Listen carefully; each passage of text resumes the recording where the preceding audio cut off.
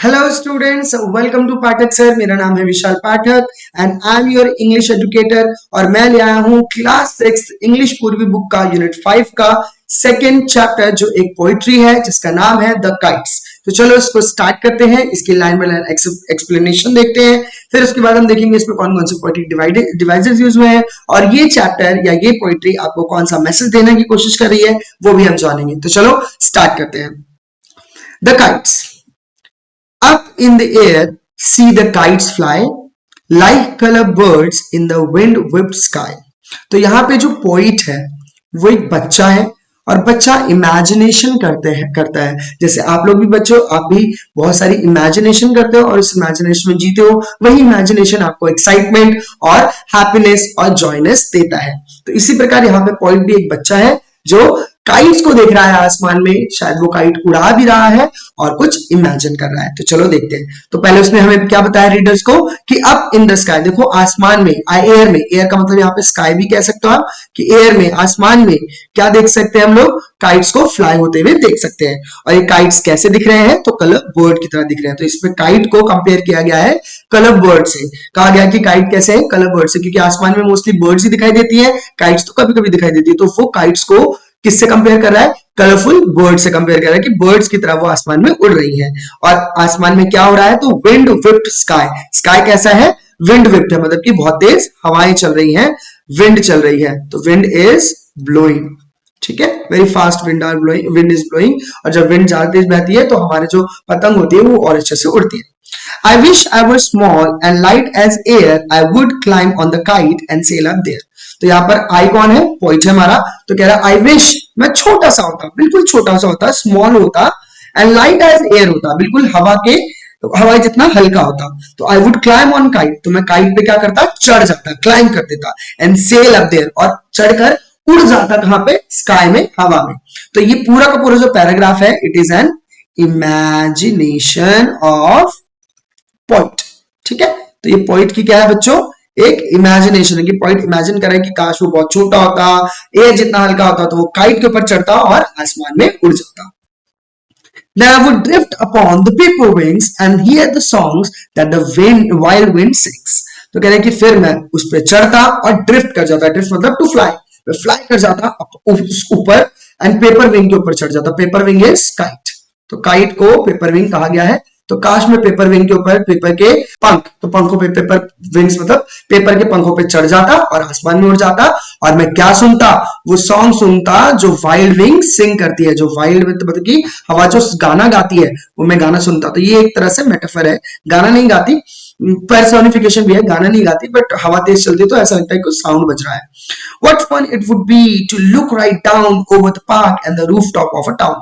तो कह रहे हैं कि कितना मजा आता ना जब मैं ऊपर होता और ऊपर से मैं बिल्कुल सीधा नीचे की तरफ देखता। और क्या देखता? ओवर द पार्क, पार्क देखता, एंड टाउन का, टाउन मतलब सिटी, शहर का मैं रूफटॉप देखता, मतलब सबकी छतें देखता।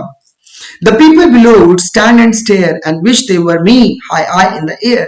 तो यहां पर बोला गया है कि जो पीपल नीचे के हैं, जो नीचे जो लोग खड़े हैं, वो स्टैंड करते, खड़े रहते और मुझे घूर के देखते आसमान में, और विश करते कि काश वो भी मेरे जैसे होते, मतलब कि मेरे जैसे हल्के होते, छोटे होते, तो वो भी आसमान में उड़ पाते। हाय हाय क्या दिखा रहा है? ये दिखा रहा है एक्साइटमेंट ऑफ द पोइट, कि पोइट कितना एक्साइटेड है हवा में उड़ने में, है ना। तो हवा में जा रहा है, आसमान में जा रहा है, तो कितना एक्साइटेड है, ठीक है। तो आई होप आपको ये पोइट्री समझ आ गई हो। पोइट्री में इतना ही कहा गया है कि देखो आसमान में कितने सारे पतंग हैं, वो कलरफुल बर्ड की तरह लग रहे हैं। फिर उसके दिमाग में एक इमेजिनेशन आती है, उसके दिमाग में छोटी सी इमेजिनेशन है कि काश वो भी छोटा होता, हल्का होता, तो वो काइट के ऊपर चढ़ता और आसमान में जाता, आसमान से वो नीचे देखता, लोगों की छत देखता, लोगों को देखता और एंजॉय करता, हवा में खूब घूमता, मजा आता।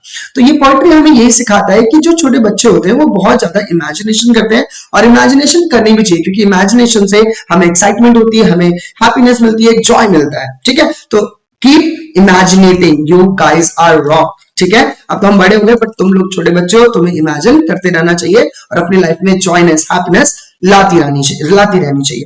अब हम देखेंगे इसके अंदर कौन कौन से पोएटिक डिवाइस यूज हुए हैं। तो मैं इन सबको इरेज कर देता हूं एंड देन आपको इसके पोएटिक डिवाइसेस बताता हूं। तो सबसे पहला जो पोएटिक डिवाइस है वो है हमारा राइम स्कीम। राइम स्कीम क्या होता है? जब आखिरी के वर्ड आपस में राइमिंग करते हैं तो उसे राइमिंग स्कीम कहते हैं। जैसे एयर क्या एयर से कोई राइम कर रहा है यहाँ पर? फ्लाई, बर्ड्स और स्काई में नहीं, तो एयर को मैं दूंगा ए, और एयर से जो राइम करा होगा उसको भी ए दूंगा। तो देखो एयर, फ्लाई, बर्ड्स, स्काई नहीं करा, तो इसको मैं दूंगा बी। देखो फ्लाई से कोई राइम करा? यस, ये बर्ड से नहीं, तो ए बी सी बी, तो इसका राइमिंग स्कीम क्या हो गया? A B C B. Similarly small, air, kite, there, तो देखो यहाँ पे ए बी सी बी है ना, क्योंकि एयर और देयर राइम कर रहे हैं, स्मॉल और काइट राइम नहीं कर रहा, तो इसका भी, तो सबकी ही वही है। देखो अपॉन, तो अपॉन में ए आएगा है ना, विंग्स बी आएगा, सॉन्ग्स नहीं राइम करा सी, इसका भी वही है। ठीक है गाइस, इसका भी वही है, इसका B, dawn, park, town, town, down, town है ना, तो देखो ए बी सी बी, और लास्ट वाले का भी सेम है हमारा, राइट। एक सेकंड इसको मैं रिमूव कर दूं, है ना, तो लास्ट वाले का भी क्या है बच्चों? सेम ही है। देखो बिलो स्टेयर मी एयर है ना, तो ये भी ए बी सी बी, तो सबका राइमिंग स्कीम क्या है बच्चों? सेम है। ठीक है, अगला है हमारे पास सिमिली। सिमिली, सिमिली क्या होती है बच्चों? सिमिली होती है जब हम दो चीजों को एज या लाइक से कंपेयर करते हैं, दो चीजों को एज या लाइक के यूज से। तो देखो लाइक अ कलर बर्ड, तो यहां पर क्या यूज हुआ है बच्चों? सिमिली।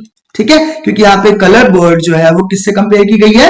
काइट से कंपेयर की गई है। और जगह देखो एज से, देखो अपने यहाँ पे भी सिमिली यूज हुई, क्योंकि इसने अपने आप को किससे कंपेयर किया गया है? एयर से। तो पॉइंट बोल रहा है कि एंड लाइट एज एयर, काश में बिल्कुल एयर की तरह हल्का होता है। ठीक है, समझ गए? तो यहाँ दोनों जगह पे क्या यूज हुई है? सिमिली यूज हुई है। अब आते हैं यहाँ पर एलिट्रेशन पे। तो एलिट्रेशन क्या होती है?